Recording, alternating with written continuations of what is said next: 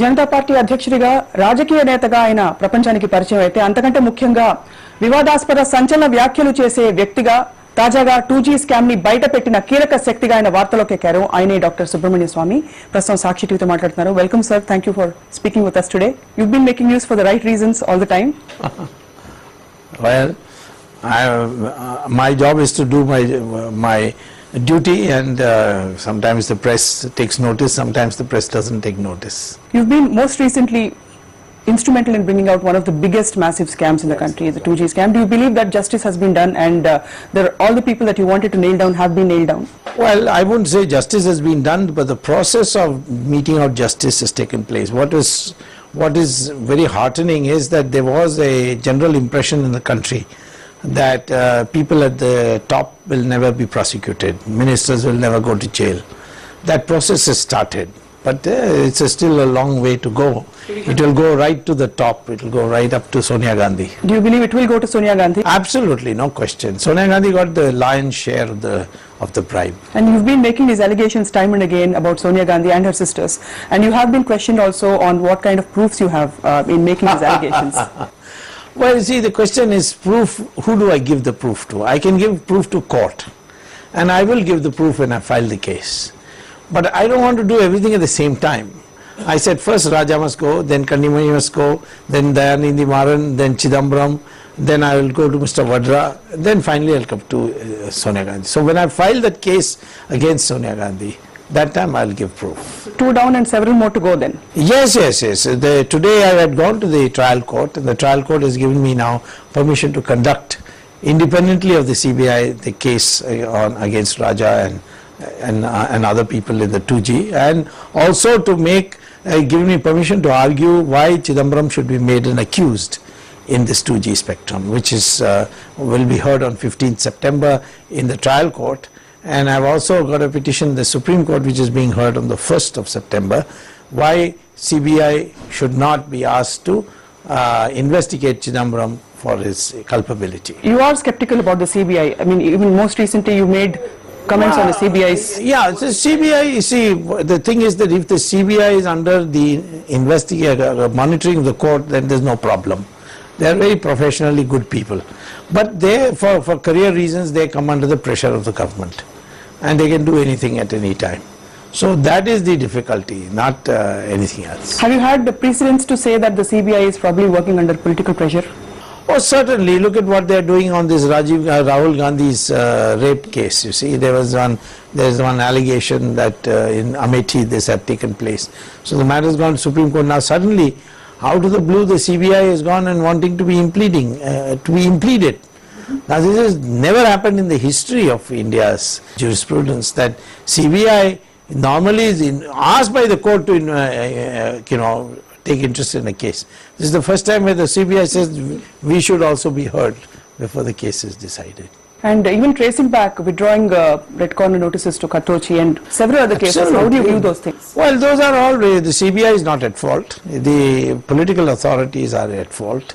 They are the ones who direct them. CBI obeys them. If they get an order, they obey. So you won't blame them, but you would blame the system and the political authorities on. Absolutely. See, I know CBI officials, most of them are very professionally good people, and they are capable people.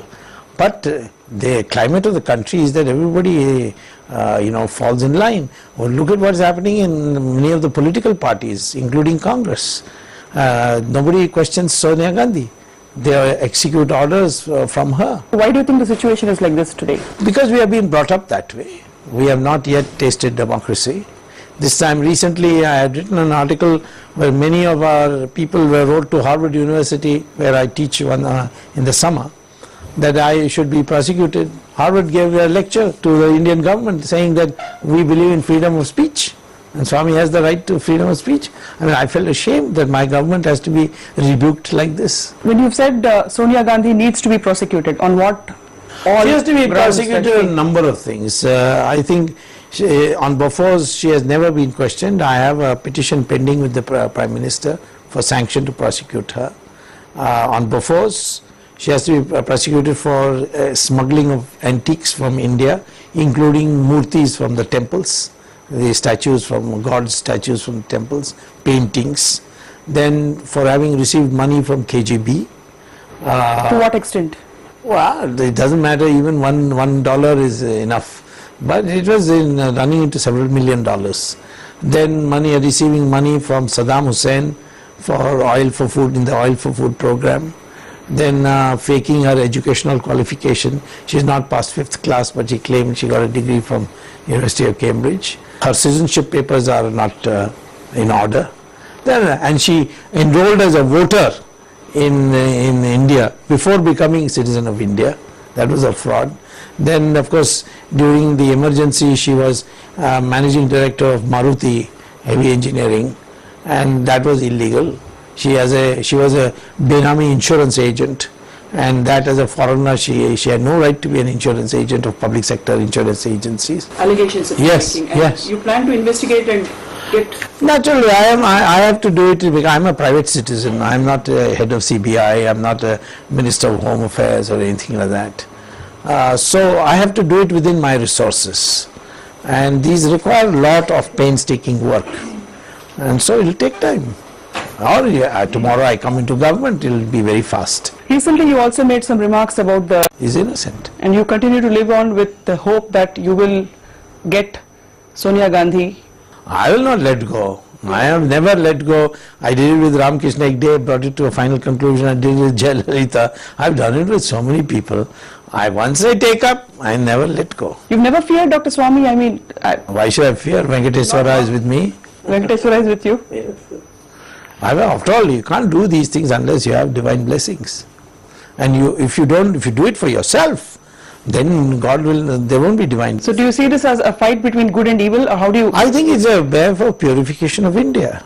India must now become a world power. It cannot become a world power unless corrupt people are brought to book. Sonia Gandhi being prosecuted is...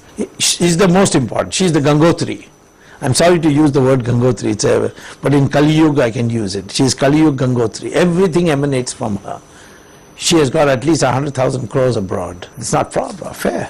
She's spending $40,000 a day for maintenance of her families and relatives for food and other things in New York just now. Who's paying for that? Dr. Swamy, can you throw some more light on the KG Basin issue? Well, that's a question of pricing. It is, after all, the people of Andhra have a right to a proper royalty, and a certain price was fixed, and the Ambanis had it. It appears to me that this is a scandalous affair. We must, and the CAG report is now coming. And I think it's a case which I will be very interested in taking up. Lastly, Dr. Swamy, you've also made allegations on Sonia Gandhi's sister. Yes, two sisters Taking yes. 18,000 crores each? Yeah, in the 2G, the total kickbacks for Sonia Gandhi is 60% of 60,000 crores. And that means 36,000 crores. So she's divided it between the two sisters who have deposited in Macau in China, which is probably the safest place today in the world. And these two sisters are now divorced, and they keep company in Dubai, which is against India's interests. So they are foreigners, and I don't think they should be allowed to come into India. Nowadays they are calling up officials like Pulok Chatterjee and saying do this, it's all very wrong.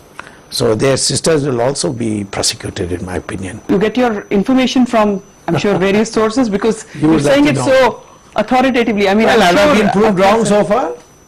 You tell me one issue I've been proved wrong. When I first raised the 2G issue, everybody said this is all nonsense. What is he talking about? How can it be? Nobody knows this. How does he know? I proved right. The Supreme Court has upheld whatever I've said. So people want to know how I get my information. Now I'm not going to reveal my sources.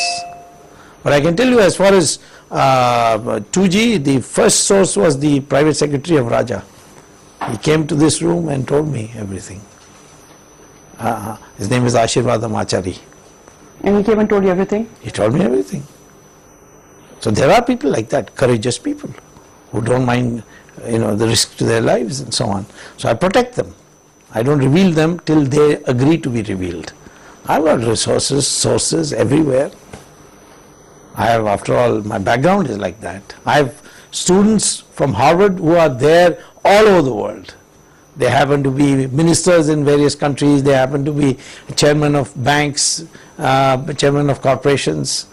Harvard is a place like that, you see, where the best come and then they go and occupy very high positions. So I have a vast amount of sources. People think that I have no support. I can't do all this without support, but my support I keep secret. Most people keep their friends public and their enemies secret. I do the opposite. I make my enemies public and keep my friends secret. And currently your enemies are, needless to say? I have only 1 point program just now. Swami, you've told us a lot of things today, a lot of food for thought for all those watching this chat. Yes. Well, I am a great admirer of Andhra Pradesh, the Telugu people. I have relatives who are Telugus. I come from a village in Madurai, which is a Telugu-speaking village. So, because the Tirumala Nayaka, for whom our family was the Prime Minister and the Commander-in-Chief of the Army, he was a Telugu. I think the Telugu people